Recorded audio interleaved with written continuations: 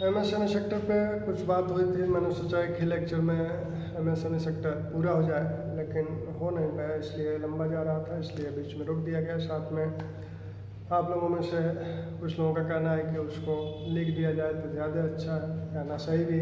तो इसी सिलसिले में हमने कुछ संगठनों को कुछ कार्यक्रम जो है एमएसएमई सेक्टर संबंधी उनको देखा जाए, तो उन कार्यक्रमों को यहाँ पर लिख दिया गया है। एमएसएमई मंत्रालय का गठन 2007 में किया गया। 2 मंत्रालय एक साथ मिलाकर एमएसएमई का गठन किया गया था, वो लघु उद्योग मंत्रालय और ग्रामीण उद्योग मंत्रालय। इन दोनों को मिलाकर 2007 में एमएसएमई मंत्रालय का गठन किया गया। एमएसएमई की जो 3 जो शब्द हैं एमएसएम, माइक्रो, स्मॉल, मीडियम, इसके क्राइटेरिया क्या है, कैसे निर्धारित होंगे, कौन माइक्रो है, स्मॉल है, मीडियम है, इसकी बात पहले ही हो चुकी है। वर्तमान में इसकी क्राइटेरिया 1 जून 2020 को जो निर्धारित की गई है वो क्या है, वो यह है कि 1 करोड़ रुपये तक का निवेश और 5 करोड़ रुपये तक का कारोबार जिस इकाई द्वारा किया जा रहा है वो माइक्रो है, और 10 करोड़ रुपये तक का निवेश और 50 करोड़ रुपये तक का वार्षिक कारोबार जिस इकाई द्वारा किया जा रहा है वह स्मॉल है, और 50 करोड़ रुपये तक का निवेश मैक्सिमम और 250 करोड़ रुपये तक का मैक्सिमम कारोबार, वार्षिक कारोबार जिस इकाई का है उसे मीडियम माना जाएगा। सेवा सेक्टर और मैन्युफैक्चर सेक्टर दोनों के लिए एक ही क्राइटेरिया निर्धारित कर दी गई है। 1954 में लघु उद्योग विकास निगम का गठन किया गया। यह एक शीर्ष संस्था है जो कि इस मंत्रालय को लघु उद्योगों संबंधी विकास संबंधी नीतियों के संदर्भ में सिफारिश करता है। इसका प्रमुख विकास आयुक्त होता है। लघु उद्योग निगम का गठन 1955 में किया गया। इसका कार्य है लघु उद्योग सेक्टर को मशीनरी आदि उपलब्ध कराने के लिए सहायता करना, और इसकी जो खरीदारी है सरकार द्वारा जो खरीदारी करनी है उसमें इस उद्योग को यह सहायता उपलब्ध कराता है। औद्योगिक बस्तियाँ कार्यक्रम, औद्योगिक बस्तियों के डेवलपमेंट के लिए कार्यक्रम 1955 में शुरू किया गया था।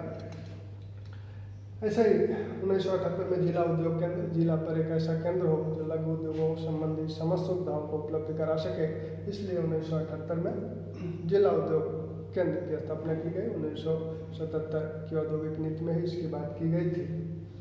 1986 में लघु उद्योग विकास फंड लघु उद्योगों के विविधीकरण, उनके पुनर्स्थापना, विस्तार आदि के लिए फंड उपलब्ध कराता है। राष्ट्रीय इक्विटी फंड जो लघु उद्योग सिकनेस में है उनको यहाँ से उनमें पूंजी का निवेश किया जाता है।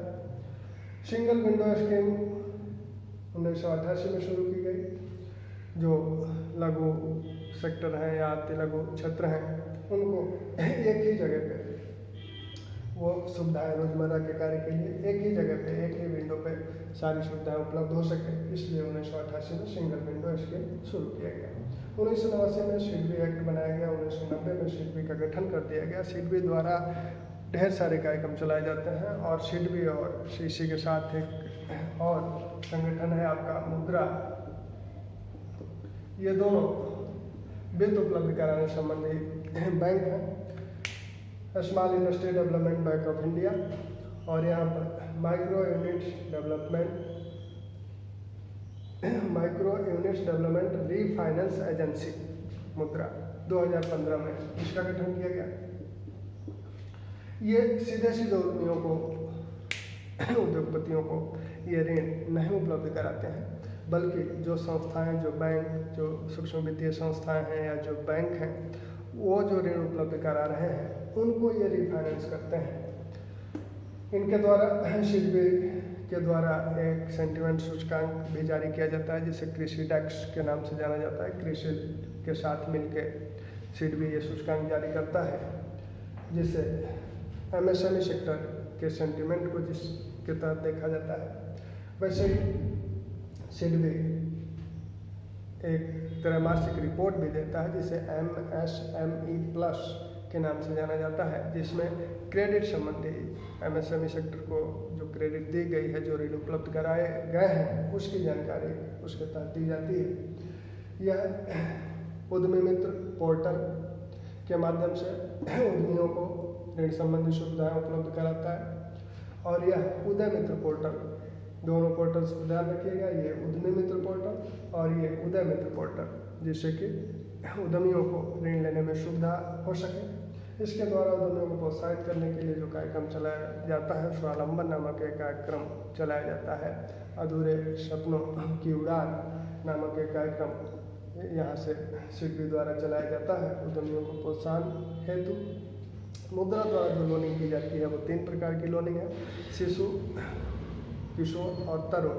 शिशु लोनिंग के तहत 50,000 रुपये तक की लोनिंग है, किशोर के तहत 5 लाख रुपए तक की लोनिंग की जाती है और तरुण के तहत 10 लाख रुपए तक की लोनिंग की जाती है। मैक्सिमम लोनिंग यहाँ 10 लाख रुपए तक की हो सकती है।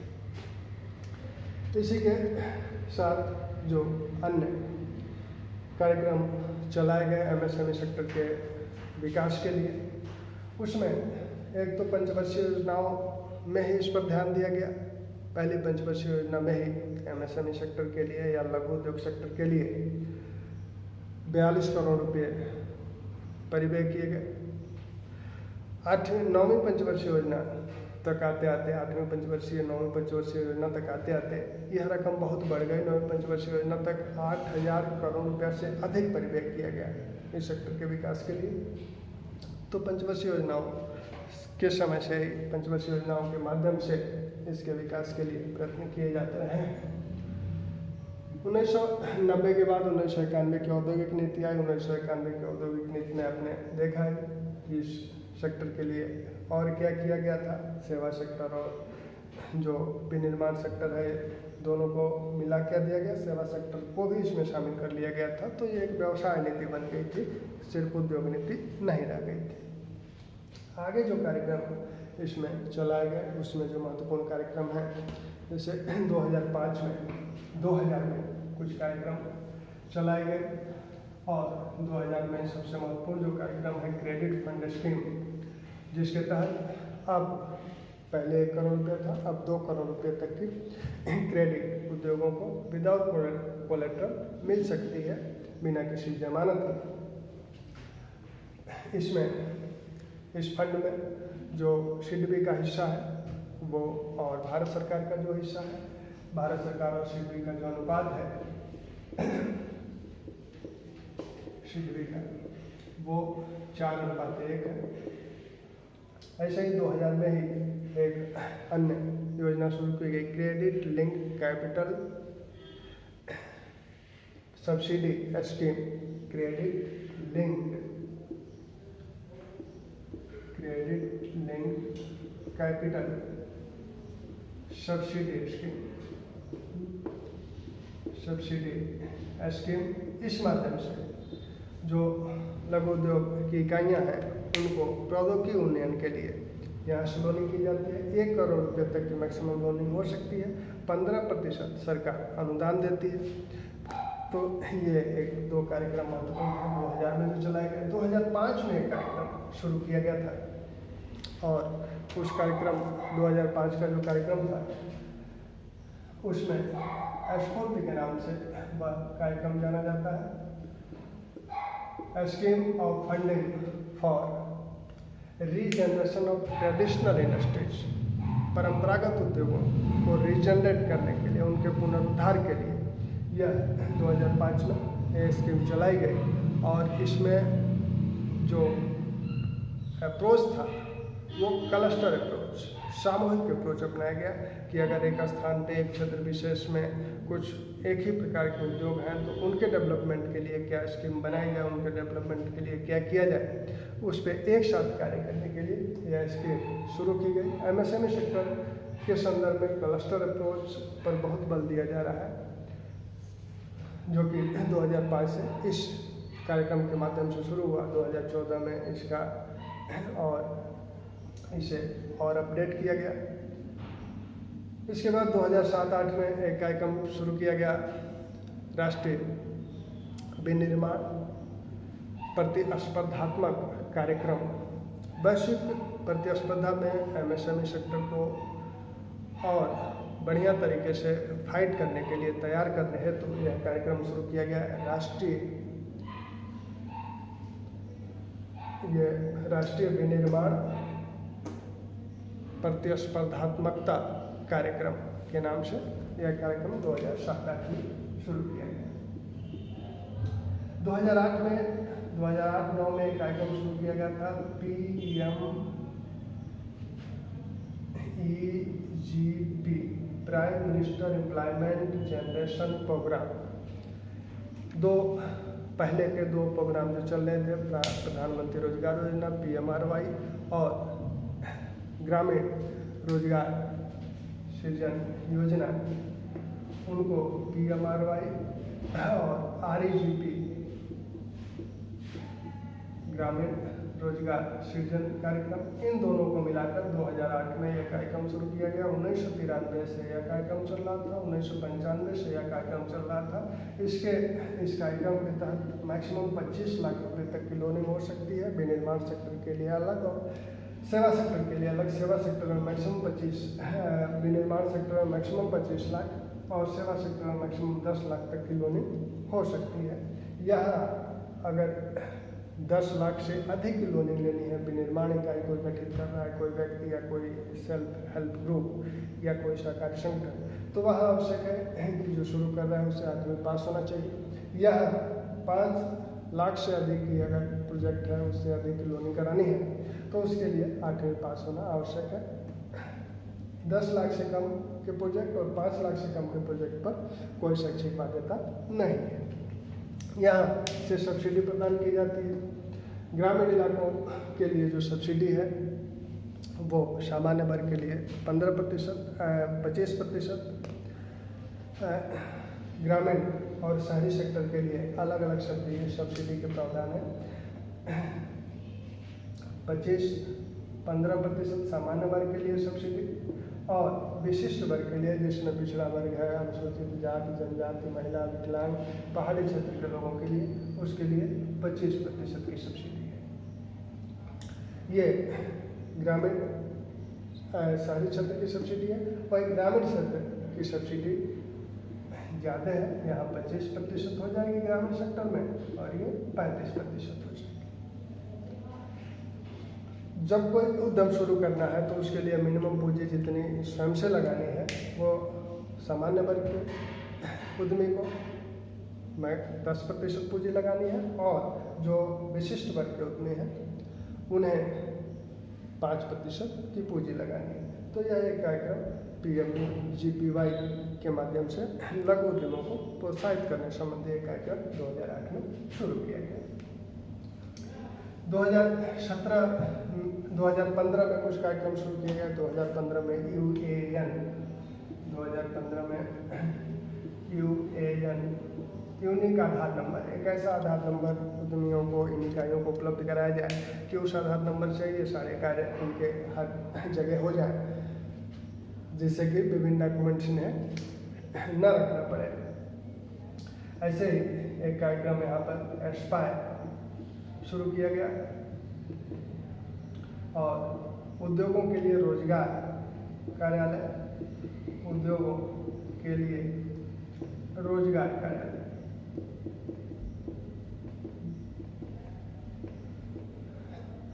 Aspire scheme for promoting innovation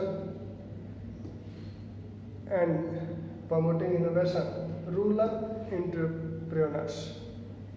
जो ग्रामीण उद्यमी हैं उनके प्रमोशन और इनोवेशन के लिए कार्यक्रम 2015 में शुरू किया गया। उद्योगों के लिए रोजगार कार्यक्रम में रोजगारियों को यहाँ पर रजिस्टर्ड कराना होता है।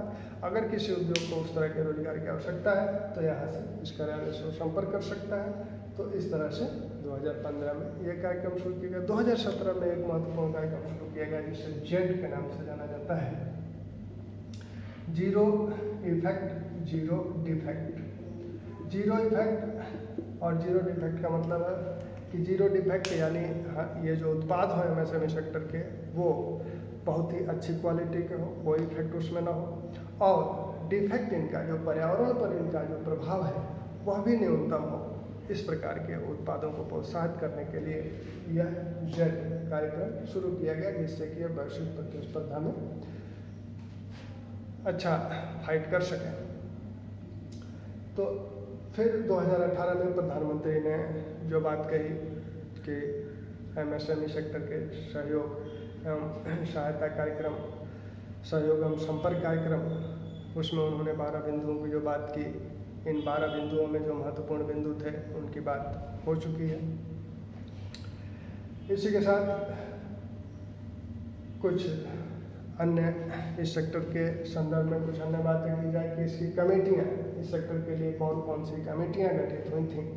तो कमेटियों में जो महत्वपूर्ण कमेटियाँ हैं वो आबिद हुसैन कमेटी है, 1995 में गठन किया गया। 1997 में इसने अपनी रिपोर्ट दी और इसी कमेटी के रिपोर्ट के अनुसार जो MSME सेक्टर के लिए आरक्षित क्षेत्र हैं उनको समाप्त करना शुरू किया गया। मीरा सेठ समिति, मीरा सेठ कमेटी का गठन हथकरघा उद्योग के लिए किया गया था। मीरा सेठ यूनेस्को की उपाध्यक्ष भी रही थीं और महिलाओं के संदर्भ में उनका महत्वपूर्ण योगदान है। इसी प्रकार कपूर कमेटी का गठन किया गया। कपूर कमेटी का गठन इस सेक्टर को ऋण उपलब्ध कराने के लिए सिफारिशों हेतु किया गया। नायर समिति का गठन 2010 में किया गया। 2008 की जो वैश्विक मंदी थी उसका इस उद्योग पर क्या प्रभाव पड़ा है और उससे कैसे इसे बचाया जा सकता है, इस संदर्भ में सिफारिश करने के लिए नायर समिति का गठन किया गया। 2019 में यूके सिन्हा समिति का गठन RBI द्वारा किया गया है और यूके सिन्हा समिति का गठन 2019 में किया गया। यह 8 सदस्यीय समिति है और इस समिति को कहा गया कि विमुद्रीकरण, GST आदि लागू होने का इन उद्योगों पर क्या प्रभाव पड़ा है उसका आकलन किया जाए और उसे कैसे इनकी सहायता की जा सकती है और इस उद्योग के दीर्घकालिक विकास के लिए दीर्घकालिक विकास हेतु सिफारिश करने के लिए इस समिति का गठन किया गया है। इस समिति ने जो अपनी सिफारिशें की हैं उसमें एक कोष का गठन करने की बात की है। 10,000 करोड़ रुपए का एक कोष, जिसे कोषों का कोष कहा जा रहा है, उस कोष के माध्यम से जो लोग पूंजी निवेश करना चाहते हैं इन सेक्टर में, जो निजी क्षेत्र के पूंजी निवेशक हैं या इक्विटी निवेशक हैं, उनको सहायता उपलब्ध कराया जाए इसके माध्यम से। एक और कोष जिनका विमुद्रीकरण आदि का प्रभाव जिन इकाइयों पर पड़ा है उनके संदर्भ में एक परिसंपत्ति कोष का गठन करने की बात कही गई है, जो 5 करोड़ रुपए के तक का एक कोष होगा और सामूहिक स्तर पर वह कार्य करेगा। 5-5 करोड़ रुपए तक का वो कोष होगा और एक सेक्टर के उद्यमों के लिए सामूहिक रूप से उस कोष के माध्यम से उन पर इसका प्रभाव कम किया जा सके, इसके लिए कार्य किया जाएगा।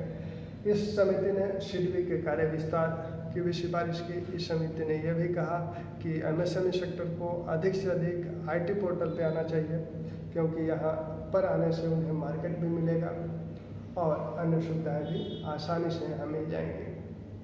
तो इस प्रकार इस उद्योग द्वारा, इस कमेटी द्वारा जो सिफारिशें की गई। अब लघु निर्यात विकास केंद्र भी कुछ भारत में बनाए गए हैं, पूछे भी जाते हैं। जैसे यहाँ जालंधर मेरठ का जो लघु निर्यात विकास केंद्र है, यह खेल के सामानों के लिए जाना जाता है। और सहारनपुर पीलीभीत यहाँ काष्ठ नक्काशी के लिए जाना जाता है, यह लकड़ी की खड़ाओं के लिए जाना जाता है। कांचीपुरम चंदेरी परंपरागत साड़ियों के लिए जाना जाता है। अलीगढ़ को आप जानते ही हैं, ताले के लिए जाना जाता है। आगरा चर्म उद्योग के लिए। लुधियाना अम्बाला यहाँ पर भारी मशीनरी और अम्बाला में वैज्ञानिक उपकरण। वापी रसायन के लिए, अंकलेश्वर गुजरात में है रसायन उद्योग के लिए। भोपाल कीटनाशकों के लिए जाना जाता है। ऐसे ही शिवकाशी माचिस उद्योग के लिए। राजकोट इंजन पंप के लिए। बरेली जरी के लिए जाना जाता है और तिरुपुर हौजरी के लिए। पंजिम मोदी नगर ये रबर उद्योग के लिए जाने जाते हैं। खुर्जा मिट्टी के लिए और अलेपी नारियल के लिए। यहाँ जो दो मोन और नलबाड़ी, ये नागालैंड का एक जगह है जहाँ पर काष्ठ वास्तुकला के लिए, और नलबाड़ी असम में एक जगह है जो कि बांस से बनी वस्तुओं के लिए यहाँ जो बांस से बनी वस्तुएं बनती हैं उनका निर्यात किया जाता है। तो इस प्रकार एमएसएमई सेक्टर से जुड़ी ये कुछ तथ्य हैं। कुछ प्रोग्राम्स और एमएसएमई से जुड़े हुए समय समय पर मिलेंगे, उन प्रोग्राम्स को बीच बीच में हम लोग लेते रहेंगे। हालांकि इस पीएमजीपी की जो बात की गई, पीएमईजीपी की जो बात की गई, इसका रोजगार के संदर्भ में भी रोजगार कार्यक्रमों की जब बात होगी तो वहाँ भी ये बातें आएंगी।